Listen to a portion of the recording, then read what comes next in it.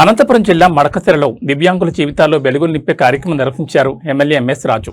నడవలేక ప్రజా రవాణాలో ప్రయాణించలేక ఇబ్బందులు పడుతున్న దివ్యాంగులకు సుమారు 8 లక్షల వ్యయంతో 3 చక్రాల స్కూటీలను పంపిణీ చేశారు. ఈ సందర్భంగా దివ్యాంగులు సమాజంలో ఆత్మవిశ్వాసంతో స్వయం ఆధారంగా జీవించేలా ప్రభుత్వం అండగా ఉంటుందని ఎమ్మెల్యే తెలిపారు. దివ్యాంగులెవరూ అధైర్యపడొద్దని, తమ సమస్యల పరిష్కారానికి ఎల్లప్పుడూ తాను అండగా ఉంటానని ఎంఎస్ రాజు భరోసా ఇచ్చారు. ఈ కార్యక్రమం లబ్ధిదారులు ఆనందాన్ని నింపింది. दूर है